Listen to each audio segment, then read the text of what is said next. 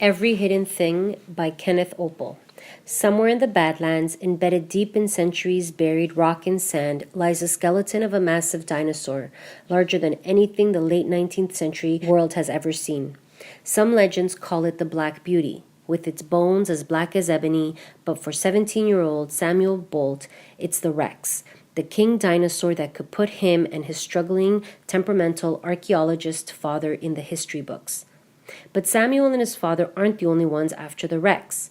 For Rachel Quartland, this find could be her ticket to a different life, one where her love of science and adventure aren't just relegated to books and sitting rooms. And if she could prove herself on this expedition with her professor father, the only adventures she may have to look forward to are marriage or splinterhood. As their paths cross and the rivalry between their fathers becomes more intense, Samuel and Rachel are pushed closer together. Their flourishing romance is one that will never be allowed, and with both eyeing the same prize, it's a romance that seems destined for failure. As their attraction deepens, danger looms on the other side of the hills, causing everyone's secrets to come to light and forcing Samuel and Rachel to make a decision. Can they join forces to find their quarry, and with it a new life together, or will old enemies and prejudices keep them both from the Rex and each other? And Then the Sky Exploded by David A. Polson, Dundurn Press. When Christian learns his great-grandfather helped build the A-bombs dropped on Japan, he wants to make amends. Somehow. While attending the funeral of his great-grandfather, ninth grader Christian Larkin learns that the man he loved and respected was a member of the Manhattan Project, the team that designed and created the atomic bombs dropped on Japan during the Second World War. On a school trip to Japan, Christian meets 81-year-old Yuko, who was 11 when the first bomb exploded over Hiroshima, horribly injuring her. Christian is determined to do something to make up for what his great-grandfather did. But after all this time, what can one teenager really do? His friends tell him it's a stupid idea, that there's nothing he can do. And maybe they're right. But maybe, just maybe, they're wrong. Everything Beautiful is Not Ruined by Daniel Young Ullman. Then, Ingrid traveled all over Europe with her opera star mother, Margot Sophia. Life was beautiful and bright, and every day soared with music. Now, Ingrid is on a summertime wilderness survival trek for at-risk teens, addicts, runaways, and her. She's fighting to survive crushing humiliations, physical challenges that push her to her limits, and mind games that threaten to break her. Then, when the curtain fell on Margot Sophia's singing career, they buried the past and settled into a small, painfully normal life. But Ingrid longed to let the music soar again. She wanted it so much for a while that nothing else mattered. Now, Ingrid is never going to make it through this summer if she can't figure out why she's here and why the music really stopped. Bent, Not Broken, Madeline and Justin by Lorna Schultz Nicholson, Clockwise Press. Meet Madeline and Justin.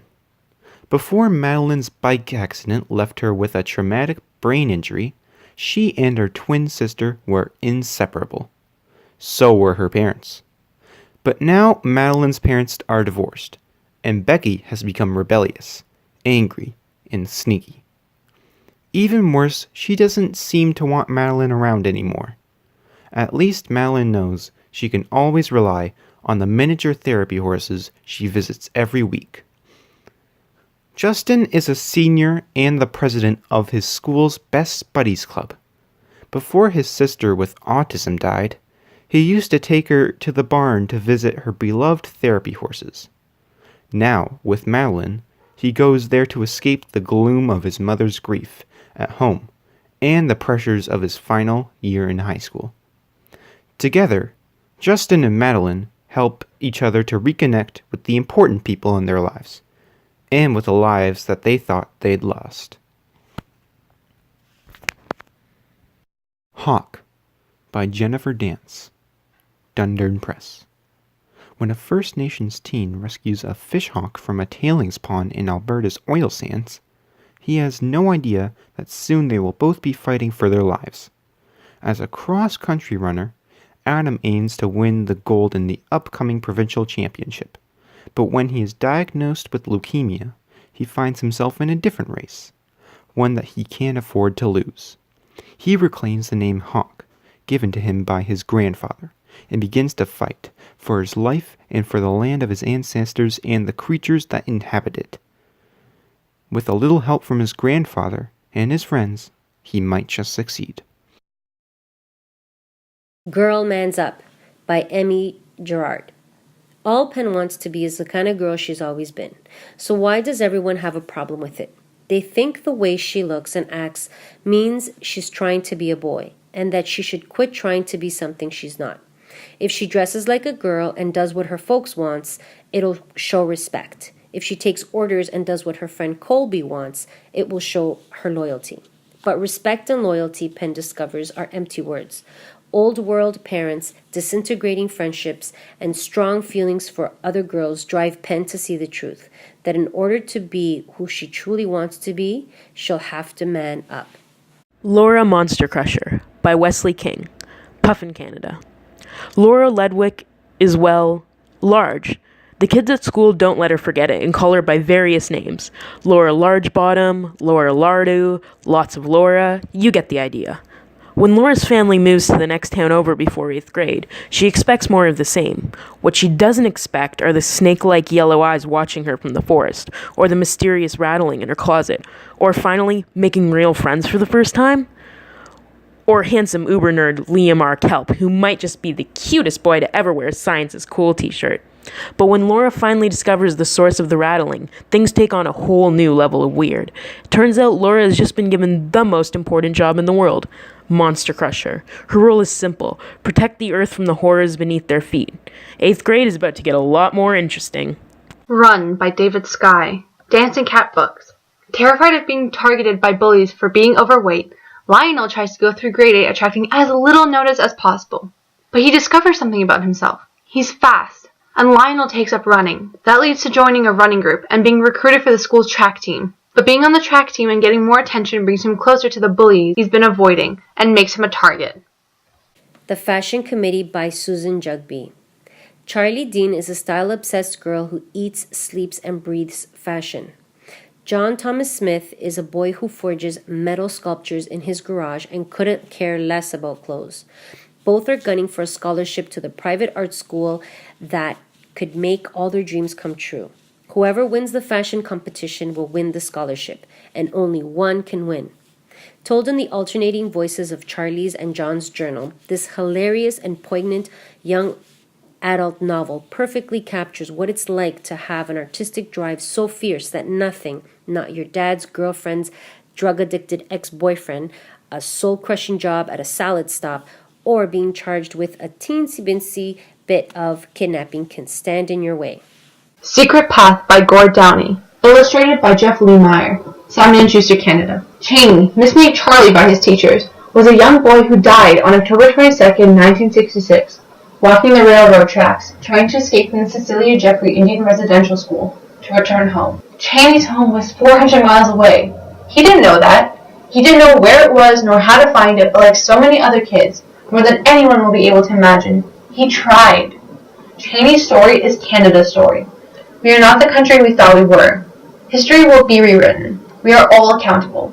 Secret Path acknowledges a dark part of Canada's history, the long-suppressed mistreatment of Indigenous children and the families by the residential school system, with the hope of starting our country on a road to reconciliation. Every year as we remember Cheney Wenjack, the hope for Secret Path is that it educates all Canadians, young and old, on this omitted part of our history, urging our entire nation to play an active role in the preservation of Indigenous lives and culture in Canada. The Merrill Thieves by Cherry Demaline. Humanity has nearly destroyed its world through global warming, but now an even greater evil lurks. The indigenous people of North America are being hunted and harvested for their bone marrow, which carries the key to recovering something the rest of the population has lost, the ability to dream. In this dark world, Frenchie and his companions struggle to survive as they make their way up north to the old lands. For now, survival means staying hidden. But what they don't know is that one of them holds the secret to defeating the Merrill Thieves. Short for Chameleon, Vicki Grant HarperCollins. Embarrassed by your brother? Estranged from your uncle? Then you might need some help from Almost Family Surrogate Agency. Cam Redden and his dad are rent-a-relatives, available for hire to anyone looking to upgrade. Cam's job is all about being whoever other people want him to be. Then, 2 new clients come along. Albertina is an old lady with a big mouth, a bigger wig, and a serious mission. Raylene is a beautiful girl with a nose ring, a wonky eye, and a painful secret. Now, to get to the bottom of the tragic mysteries that fuel them both, Cam may finally have to be himself. Exo by Fonda Lee. The fight for the future begins. It's been a century of peace since Earth became a colony of an alien race with far reaches into the galaxy. Some diehard extremists still oppose their rule on Earth, but Donovan Reyes isn't one of them. His dad holds the prestigious position of Prime Liaison, and Donovan's high social standing, along with his exocell, a remarkable alien technology fused to his body, guaranteed him a bright future in the security forces. That is, until a routine patrol goes awry and Donovan's abducted by the human revolutionary group Sapiens, determined to end alien control. When Sapiens realizes whose son Donovan is, they think they've found the ultimate bargaining chip. But the Prime Liaisons doesn't negotiate with terrorists, not even for his own son. Left in the hands of terrorists who have more uses for him dead than alive, the fate of the Earth rests on Donovan's survival. Because if Sapiens kills him, it could spark another intergalactic war. And Earth didn't win the last one. Summer's End by Joel A. Sutherland, Scholastic Canada. It's the summer before high school, and Jacob and his friends want to make it a memorable one. This may be the last months they have together. Once school starts, they'll be going their separate ways. Aikiro's family is moving into Japan, and while Jacob and the twins are staying behind in Valeton, they'll be going to different high schools. When the group discovers an old abandoned home on a remote island of their community, things suddenly take an unexpected turn. The kids find themselves inexplicably drawn to the house that had once been a sanatorium for children with tuberculosis and learn that it has some haunting secrets to hide. The Winnowing by Vicky Van Sickle, Scholastic Canada. In a world where the familiar has sinister undertones, 2 friends are torn apart just when they need one another most. Merrivick Stone lives in Darby, a small town famous for a medical discovery that saved humankind. Now everyone must undergo a secret procedure called the winnowing, an inevitable and dangerous rite of adolescence. No one who's experienced the winnowing remembers anything about it, but Merrivick and her best friend Saren are determined to learn the truth. What they uncover could change the world forever. If they survive, that is. The Way Back Home by Alan Stratton, Scholastic Canada. She's angry, she's lonely, and her only true friend is her granny, whose Alzheimer's is worsening. When her parents put Granny in a home, Zoe decides now is the time to break free. She smuggles Granny out, and together they hit the road on a trip to find Zoe's long-lost uncle. But there will be some home truths along the way. From award-winning storyteller Alan Stratton comes a moving story of unresolved family conflicts and a young girl's awakening to the things that matter most. Optimists Die First by Susan Nielsen. Petula's funny and a crafting genius, but no social star at high school, and it doesn't help that she's isolated herself after her adored toddler sister died. Petula feels responsible for this death, though her parents say it was a tragic accident. No one's fault. Now Petula sees danger everywhere. Every activity and every bite of food could kill you. Then, a new boy, Jacob, joins Petula's group in the school's lame art therapy program. He has a prosthetic arm and darkness behind his sunny face. Petula and Jacob become friends. Then, something more, but a secret behind why he's in the group could derail them. The Pain Eater by Beth Gooby, Second Story Press. She hadn't told anyone, not a single soul, not one word about that night and what had been done to her had ever passed Maddie Malone's lips. She thought about it at first, had been desperate, even frantic to tell. But then had come the shame and the intimidation from the boys who raped her and the one who held her down. Now it's the beginning of a new school year, and Maddie is hoping she can continue to hide, making herself as quiet and as small as possible. She's consumed with keeping the memories at bay, forcing them down through small cuts and the burn of the end of a cigarette. But when her English class is given the assignment of writing a collaborative novel about 15-year-old girl, The Pain Eater, fact and fiction began to meet up. When the boys spread through rumors about Maddie, she realized that continuing to hide the truth will only give them more control, and she slowly gains the courage to confront them. Speed of Life by J.M. Kelly. Twins, Crystal and Amber, have the same goal: to be the first in their family to graduate high school and make something of their lives. When one gets pregnant during their junior year, they promise to raise the baby together. It's not easy, but between their after-school jobs, they're scraping by. Crystal's grades catch the attention of the new guidance counselor, who tells her about a college that offers a degree in automotive restoration, perfect for the car buff she is. When she secretly applies and gets in, new opportunities threaten their once certain plans, and Crystal must make a choice: follow her dreams or stay behind and honor the promise she made to her sister. Subject to Change by Karen Nesbitt, Orca Publishers. Declan's life in a small-town Quebec is defined by his parents' divorce, his older brother's delinquency, and his own lackluster performance at school, which lands him with a tutor he calls Little Miss Perfect. He likes his job at the local ice rink, and he has a couple of good buddies, but his father's 5-year absence is a constant source of pain and anger. When he finds out the truth about his parents' divorce, he is forced to reconsider everything he has believed about his family and himself.